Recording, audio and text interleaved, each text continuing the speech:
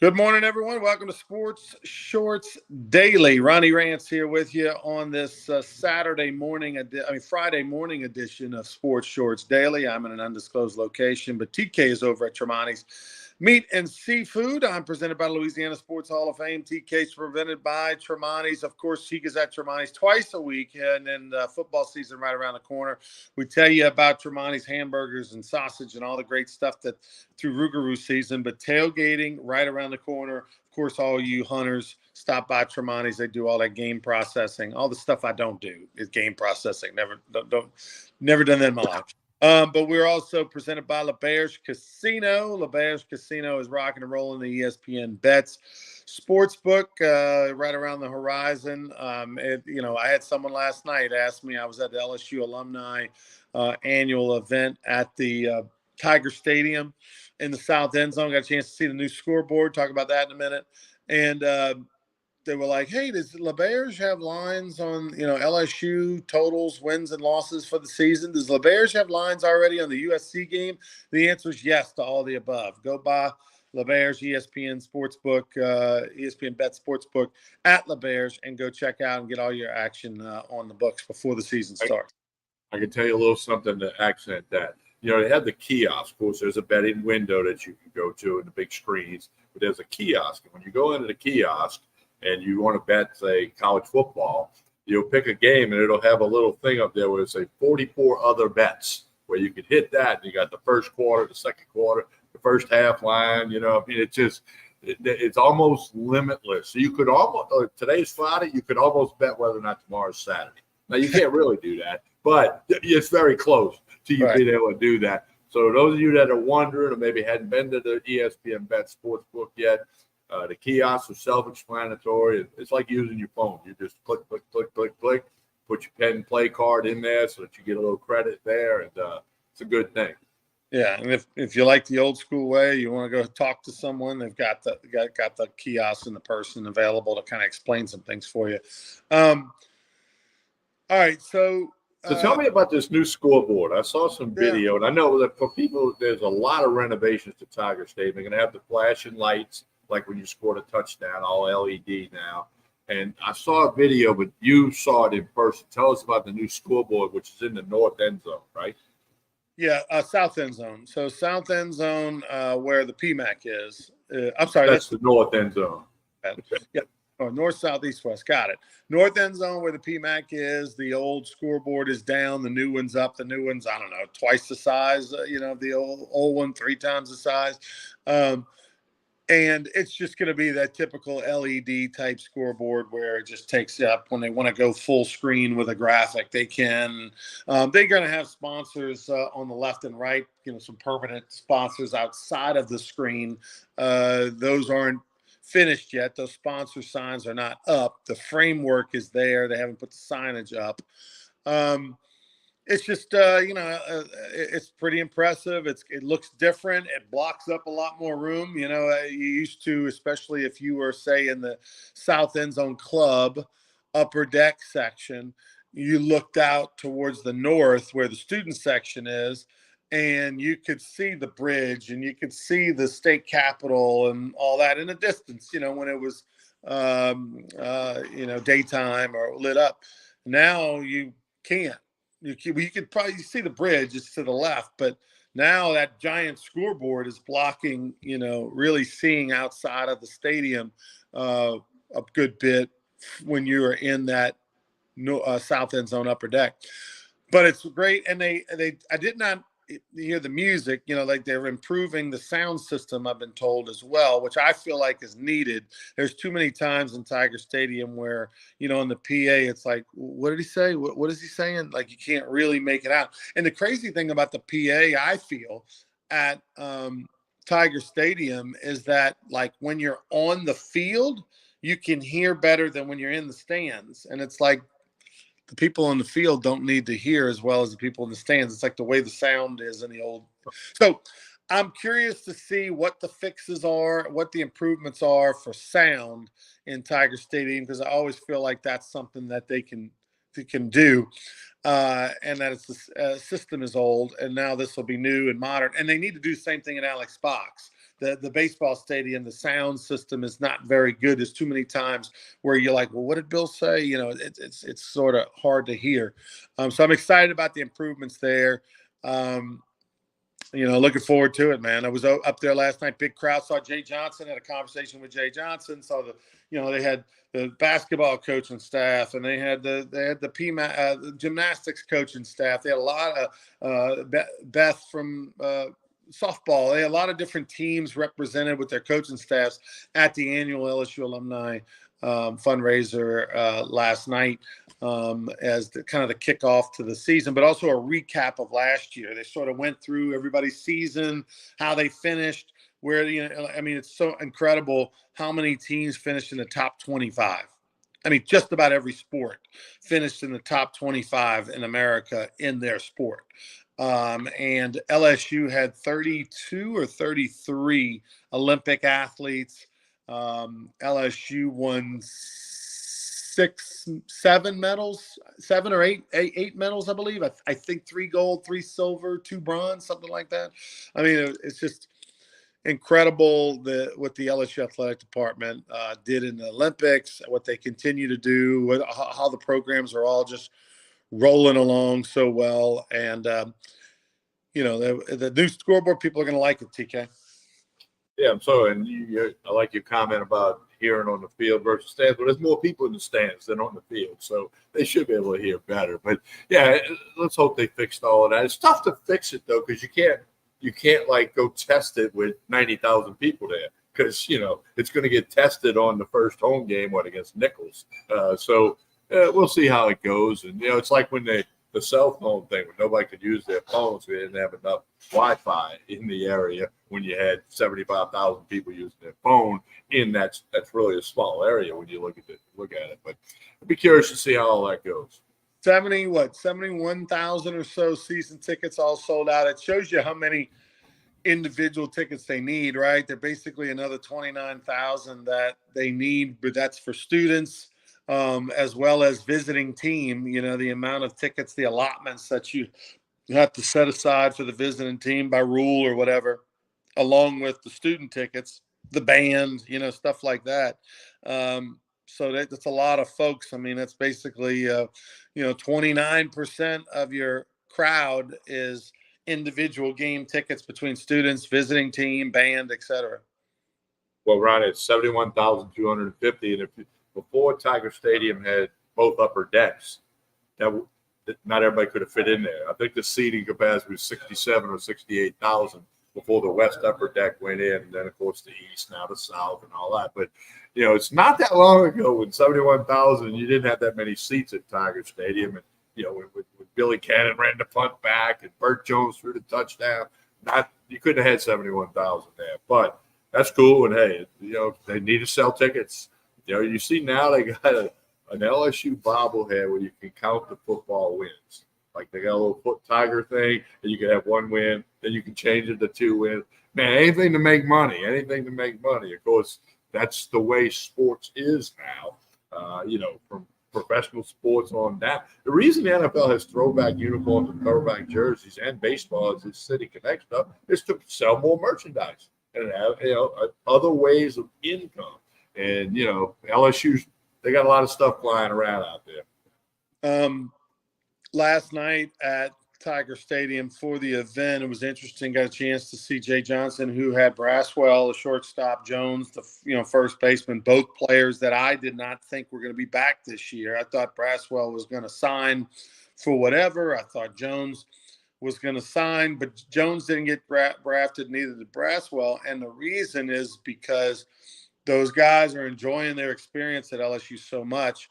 Those guys are making good money from NIL and off-field stuff, to where now if they're going to forego signing their number, and coming back and doing that again, their number to sign is higher than what MLB wants to pay, or values them at. And so when they are having those conversations with scouts and they say, okay, well, what is it going to take to sign you? And they throw out a number, they go back to their people They do an evaluation. They go, well, he wants 200,000. We only think he's worth 100,000. And that's basically, in essence, what's happened. Good news for Jay Johnson, though. The bad news is this. Where do you think LSU is, Tommy? There's 16 teams in the SEC now. Of those 16 teams in the SEC, if you were to rank LSU and put them in a 1 through 16 ranking, one being the best, 16th being the worst, NIL baseball, revenue, pot of money, ability to go compete to get players, because let's face it, this generation in 2024, 25, 26, 27, that's not our demo, Tommy. Those are 16, 17, 18-year-old kids, 19-year-old kids, 20, 21-year-old kids in the portal.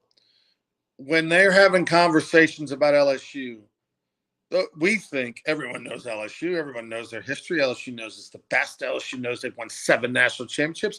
Everyone knows that they're number 1 in the country, you know, attendance, or top 2 in the last 30 years. Everybody knows that. They don't. If they're not from Lake Charles, they don't.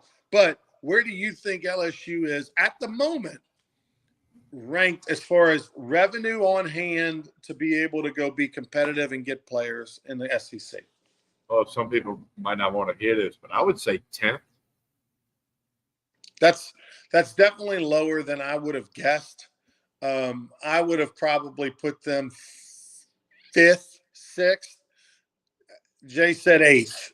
LSU is 8th. Jay said 8th. Oh, well, he's right between you and I. Now, but I think what outweighs that is the 7 national championships and the list of players that Jay Johnson can go, hey, look at this list of guys in the major leagues, and you know, Bregman's making this much, and Nola and Skeens, and football coaches do the same thing. We got guys making $800 million in the NFL. So I think that outweighs the fact that you might be 8th and not 5th. Is that kid that's going to say, you know, like a William Smith from Catholic High is going to say, you know, I'm just going to go enjoy the college experience, play at LSU. And here's the other thing that I think helps LSU and the SEC.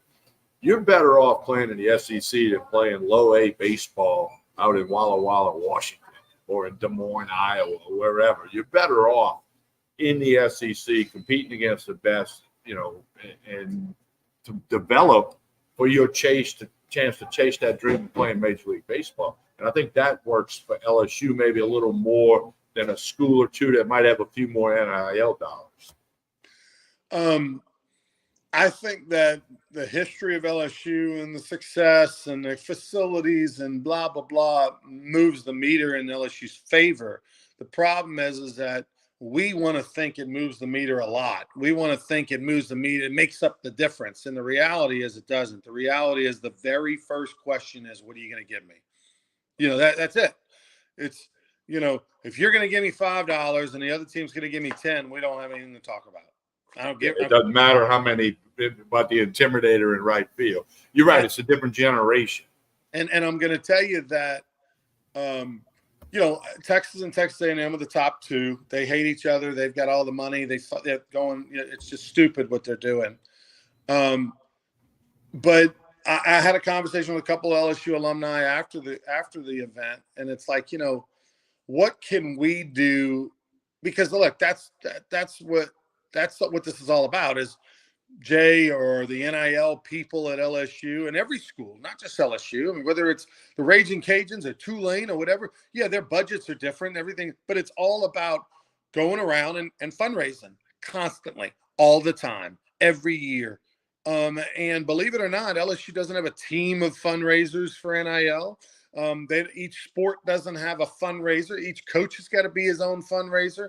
NIL has like a couple people that work in that department for the whole athletic department. So, you know, Jay, who, you know, are all coaches who want to just coach. They basically have to fundraise first. And that's not in their DNA. It's like saying doctors are good business people. No, they're doctors. They went to school to become a doctor. They didn't get an MBA, most of them. You know what I mean? So just because they're doctors doesn't make them good business people. Well, just because they're good coaches doesn't make them good salesmen or business people. Because of the difference between teaching a kid how to hit or teaching a kid how to throw a football and maybe even recruiting that person versus going to, Bob the builder who, 58-year-old contractor and saying, hey, man, I need you to write me a check for $20,000 every year. That's a different way, a different conversation. I don't, and Well, so that's what these guys are faced with. But it's on, I think, number one, it's on the alumni, myself and others, to give something every year to the cause, whatever that something is, whether it's $100 or $500 or $1,000 or $100,000, whatever you're comfortable with, whatever you can afford, whatever you feel like. But here's the problem they're running into. And and this is me saying this. This isn't any coaches saying this. It's so new. The whole NIL thing is so new, which is basically we're paying players. They're no longer college students. They're no longer amateurs. Forget what you know. It's a salary you're committing to these guys. It's a scholarship you're committing to these guys. And then there's side revenues. They go hustle with their agents around town. And the old guard, which isn't that old, guys that just finished 4 or 5 years ago, they're so not used to this. They can't relate that it's almost oogie. Like there's a part of you, Tommy, that wants to go, wait, I don't want to pay a little turd 19-year-old. I was a turd 19-year-old not that long ago. I didn't get paid nothing. And I played at XYZ college and loved it and gave my all. Well, why do I have to pay them? And so there's that. People got to get used to this is the new reality. This is it. If you love your school, you care about your school, you care about your team, you want them to be relevant, they need money. And you got to give back. And whatever you're comfortable with giving. I think in time when people get used to it, they'll give more. They'll open their wallets more. But right now, there's still this like, ooh, it feels oogie, and I don't want to give because I didn't get. Why do I have to give? And the reality is, you have to. You have to. You got to give something. Well, what I could foresee happening in the near future, I don't know, 2 years or whatever, I'm just throwing that out there, is every school, every sport's going to have an NIL person, almost like there'll be like a LSU baseball athletic director who reports to Scott Woodard, but his main focus would be NIL. And maybe you get a former player, a guy who made some money, whether it was, Nola or Bregman money, or whether it's somewhere way below that, to get involved. I think you're going to have to lean on your former players too. Nola, I'll say it. Nola and Bregman should have no problem giving LSU $1 million each. They both have, hundreds of $1 million worth of contracts, and they need the tax break anyway. And they all got foundations. We get that. But I'm just saying that it's going to keep changing because, like you said, it's still new, and it's going to keep changing. And I think it will evolve, and the SEC will probably start that, with football, basketball, and baseball, and maybe women's basketball, I don't know, to have a person whose job or a staff whose job it is for NIL. Because like you pointed out a couple of weeks ago, when they said LSU football NIL payroll is $17 million, they don't have $17 million in the bank. They're chasing that money. Okay, they've got pledges, they got money coming in, or they're going to try to, lasso an amount from a new guy or a new business or a new company. So you're going to have people that just do that. And then here's the other problem. All right, Ryan, let's just say I win the Powerball and I go to LSU baseball. I say, look, I didn't play here, but I want to give you guys $5 million, but I need 8 seats right behind home plate. Well, they don't have 8 seats behind home plate to give me, So, it's going to be I don't want to say oogie. I know you love that word. There's going to be some things that happen. Not everybody's going to be happy with. Well, the thing that I don't understand is there's still an education that's going on with the NIL thing of explaining, how to do it, why they need to do it. What are the tax implications? How do you do it to get the tax breaks and all those types of things? It's still so new. There's a learning curve. There's an education that's going on with it. And I think as the years go by, you'll start to see people fall in line a little more and understand it. And it'll become more just the norm. And the reality is this: if you went to a college, or you're a fan of a college, or you played for a college, or whatever, you grew up in a state and you love LSU, if you want your college, doesn't any college USA, that you grew up a fan of, you're a fan of now, you went there, your kid goes there, you played there, your wife went there, whatever the case may be. You go to the game 4 times a year, whatever. If you want them to be good and you want them to be relevant, it takes that. Number one, forget everything else. It takes that. So do you want to be if don't sit around, it's kind of like for voting. Don't bitch unless you vote. And don't bitch unless you give, because that's all it's about. I'm telling you, LSU baseball is number 8 in the SEC in the money that they have to buy players with. Don't call it NIL, buy players. That's the word. Okay. Well, pay salaries. Look, right. We are, and I said, and I use this analogy on this show. I've used this analogy in conversations. LSU is not the Dodgers. They're not the Yankees. They're not the Astros. They're not the Cubs. LSU is the Diamondbacks. They're the Rockies, right? They got some money. They don't have the most money. They're not the Twins. They're not the Royals, okay? But they're middle of the pack. And that is and baseball is the comparison, because you can spend unlimited amounts. Yeah, you got penalties, whatever, the tax, luxury tax, but you can pay whatever you want to pay. $1 billion a year, the Yankees can do it, okay?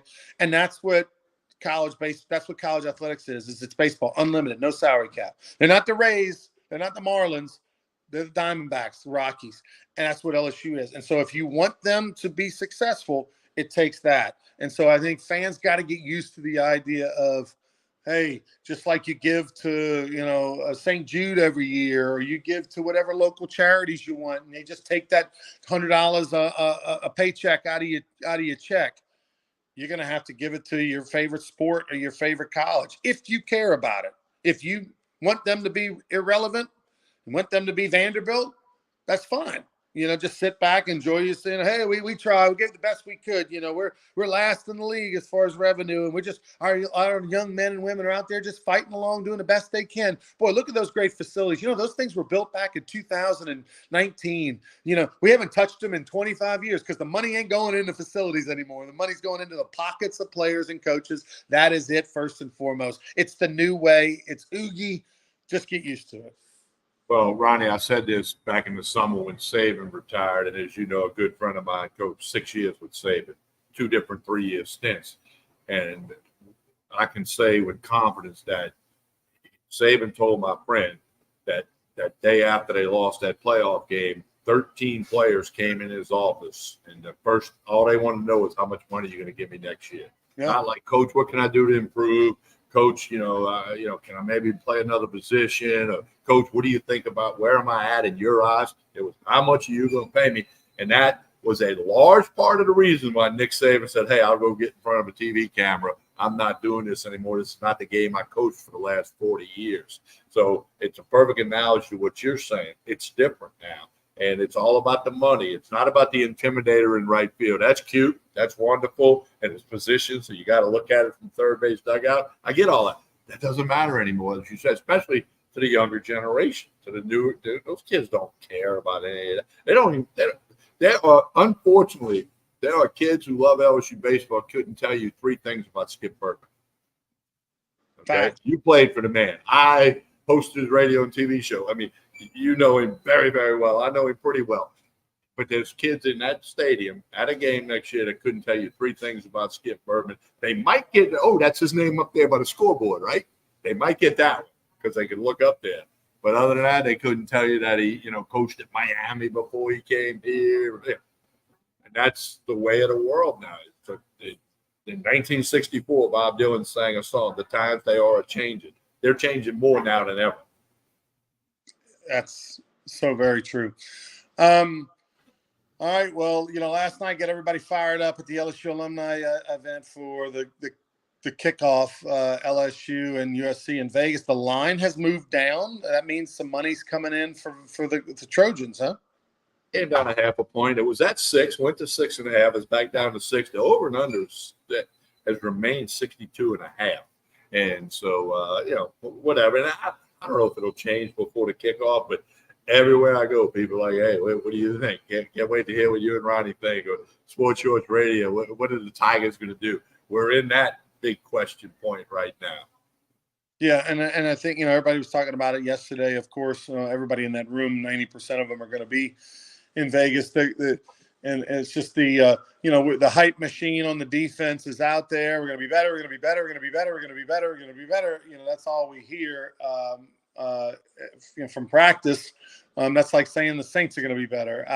I don't know. That's kind of the fun thing. The scary thing about the LSU USC game is we really don't know what we're going to get. We think we know what we're going to get on offense from LSU. We think we're going to get a high level offense. You got to believe USC's going to have a high level offense. I have something for you, Brian. Either team really are going to be. I got something for you. I was pressed into making an early prediction on the game. I've always tried to do that. A lot of people do that. A bunch of my friends, we're all sitting around, and they say, come on, man, you got to come up with a score. So I have my early prediction. Okay, again, it's only August or whatever, 16th. I got LSU winning 41-31. Your thoughts? I don't hate it. And if I had a gun to the head, I would take LSU -6 at the moment. And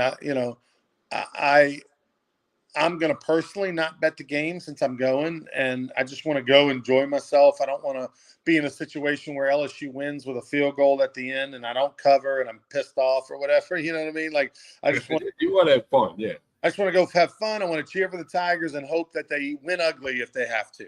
Whatever.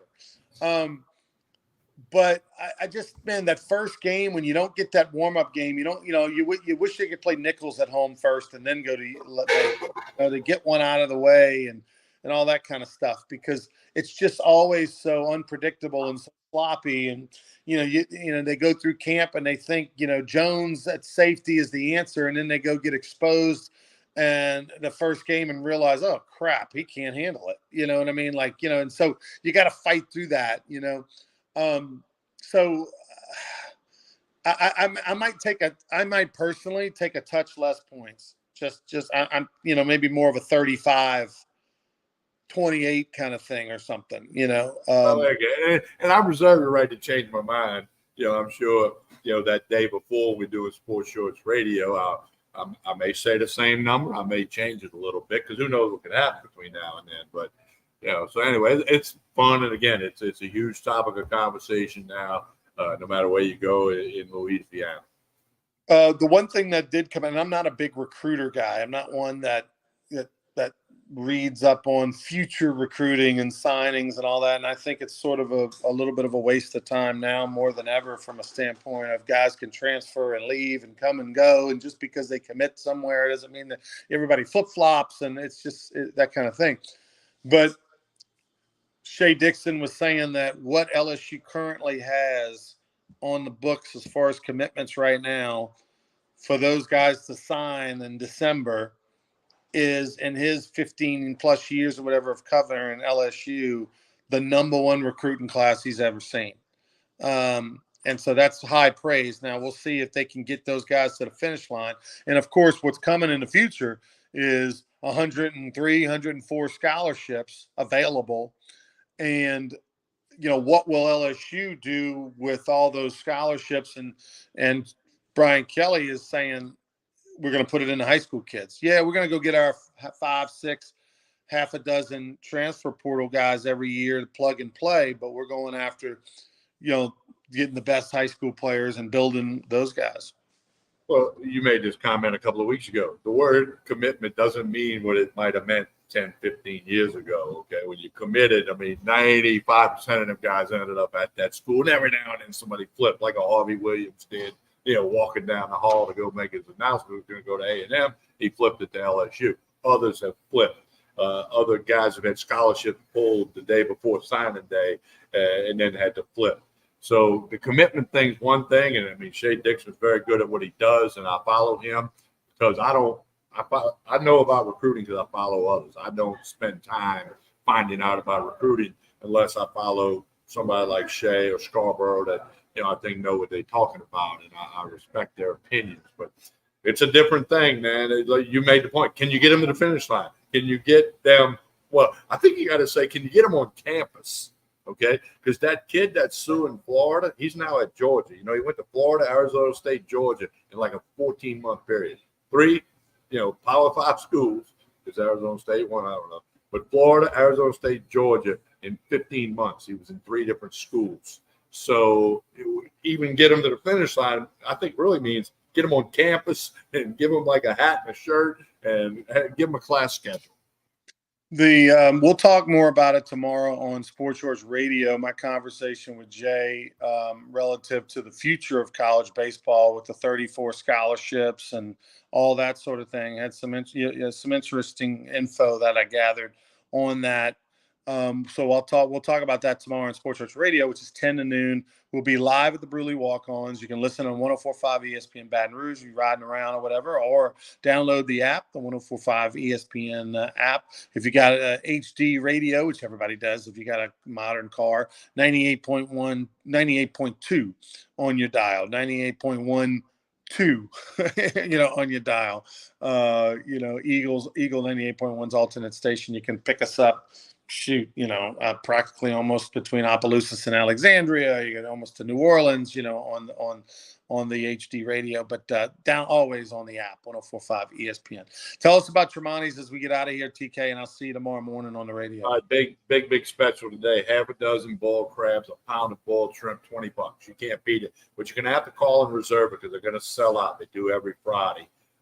You're going to have them ready for 3 o'clock. You can call now. You can call right now. 225-751-7665. Reserve your half a dozen boiled crabs and a pound of boiled shrimp for $20. You cannot beat that. So do that at Tremonti's. And, of course, load up for the weekend. Get everything you need for all the fun you're going to have this weekend. Get ready for all the tailgating and the home gating. It's all at Tremonti's Meat and Seafood on Jefferson Highway in Baton Rouge. Connect on Facebook. Connect on Instagram. Tremonti's Meat and Seafood. Hey, don't forget to like and share this show. That's important. That helps us all out. Like and share this show. We appreciate all the comments. Appreciate everybody watching. And as Ronnie said, Sports Shorts Radio in the morning, 10 a.m. to 12 noon on 104.5 ESPN. We'll be live and in color from the Bruley Walk-Ons. Have a great Friday, everyone.